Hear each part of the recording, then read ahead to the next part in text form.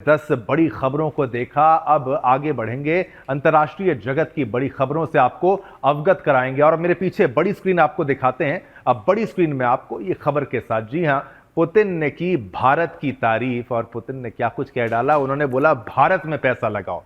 Putin ने प्रधानमंत्री नरेंद्र मोदी की जमकर तारीफ की है।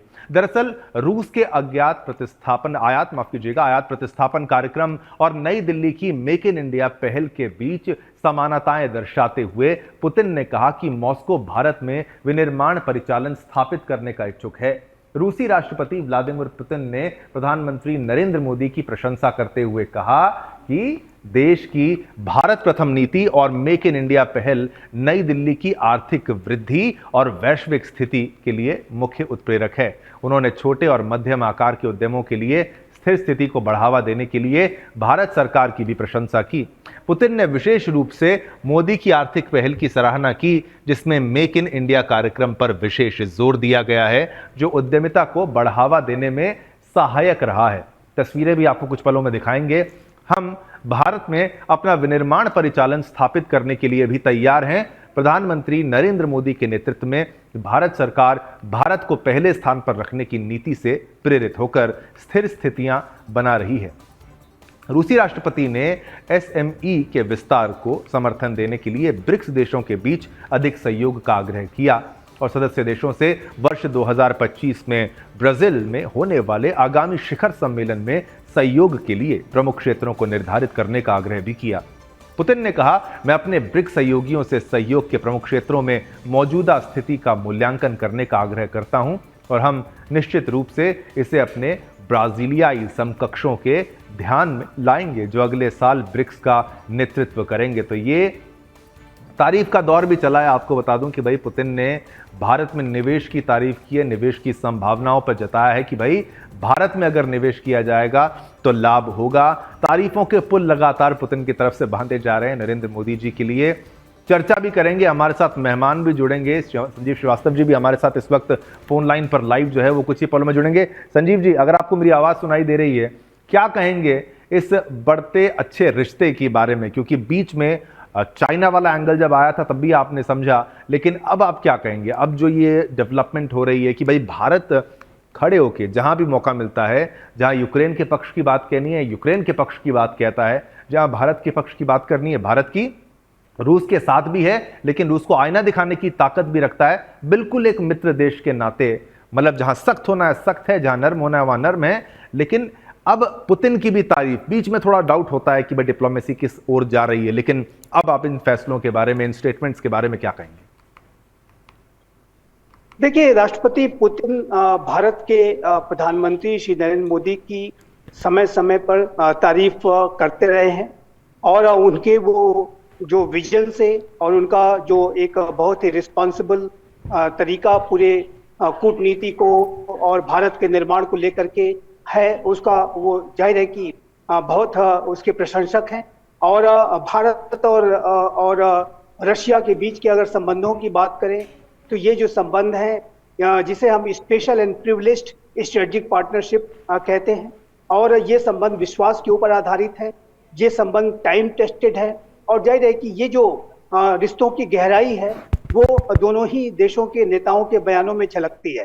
और जाहिर है कि जो रिश्ते, जो संबंध विश्वास के ऊपर आधारित होते हैं, जहां पे ट्रस्ट का फैक्टर बहुत गहरा होता है, ऐसे रिश्तों को जाहिर है कि कोई भी चुनौती ज्यादा उसको प्रभावित नहीं कर सकती।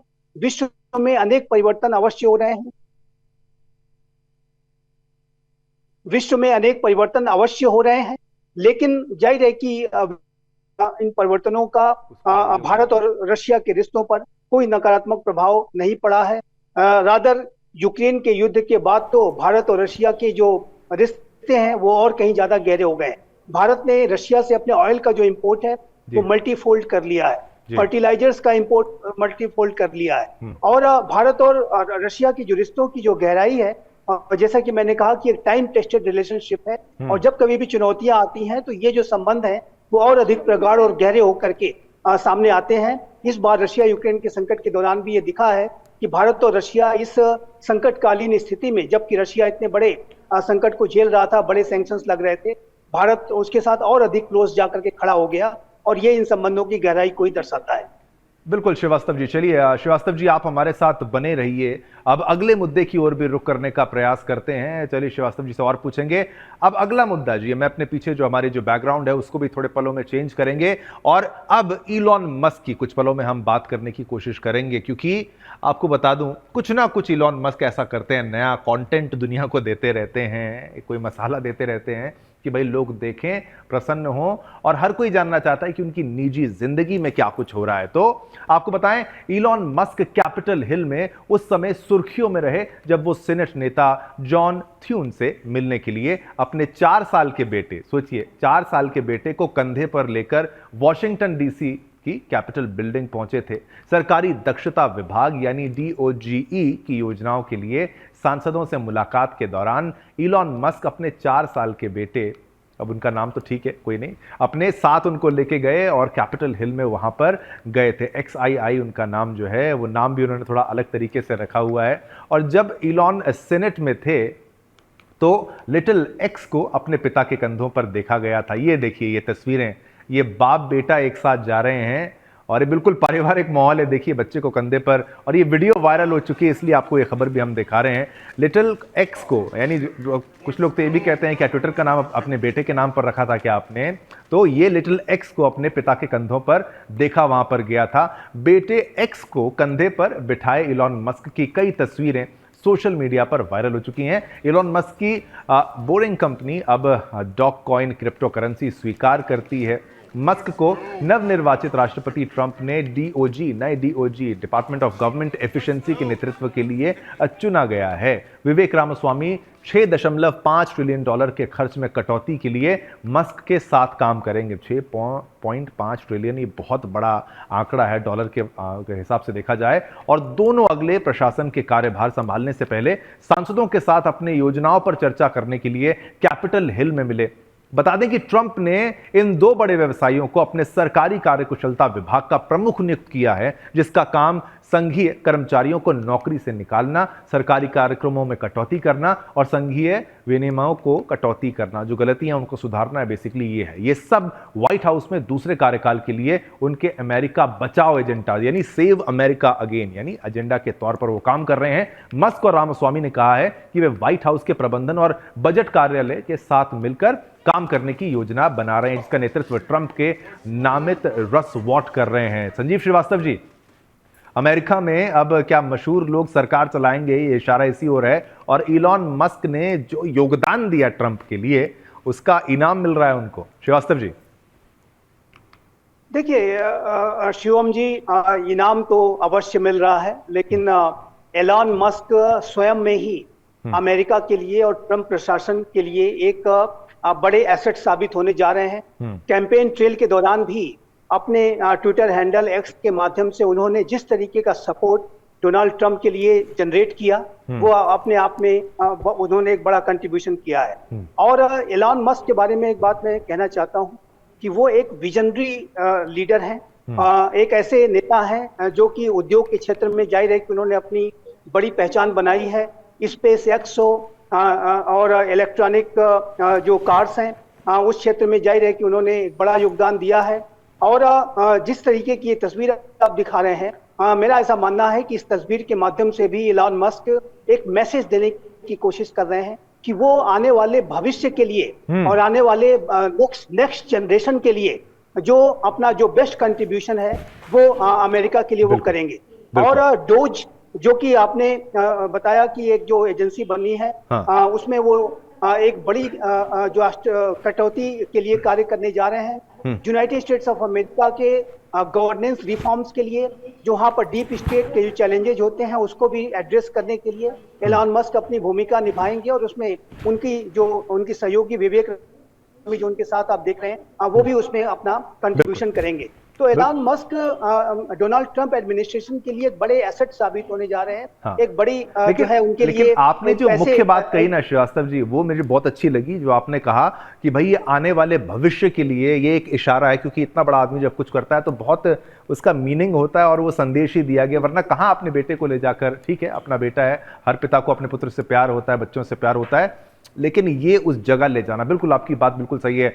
और भी मुद्दे हैं संजीव श्रीवास्तव जी, अगले मुद्दे का भी रुख करते हैं, फिर आपसे टिप्पणी भी लगातार रहेंगे। कोई भी खबर दर्शकों आपसे छूटनी नहीं चाहिए। तो एक मीडिया रिपोर्ट के अनुसार अमेरिका के राष्ट्रीय सुरक्षा सलाहकार जैक सुलिवन ने बीते गुरुवार को यूक्रेन के राष्ट्रपति, आप सोचिए, एंड्रू यर्मक के साथ बैठक की और जनवरी के मध्य तक यूक्रेन को सैकड़ों बख्तरबंद वाहन यानी आर्मर्ड व्हीकल्स उपलब्ध कराने के लिए प्रतिबद्धता जताई है। सोच रहे थे लोग ट्रंप आया है तो बदलाव आएगा, लेकिन ट्रंप के आने से पहले क्या खेला हो जाएगा, ये उसी की तस्वीर है। ये बैठक 1 घंटे से अधिक समय तक चली और ये तस्वीरें भी आप देखते रहिए जो युद्ध की तस्वीरें हैं।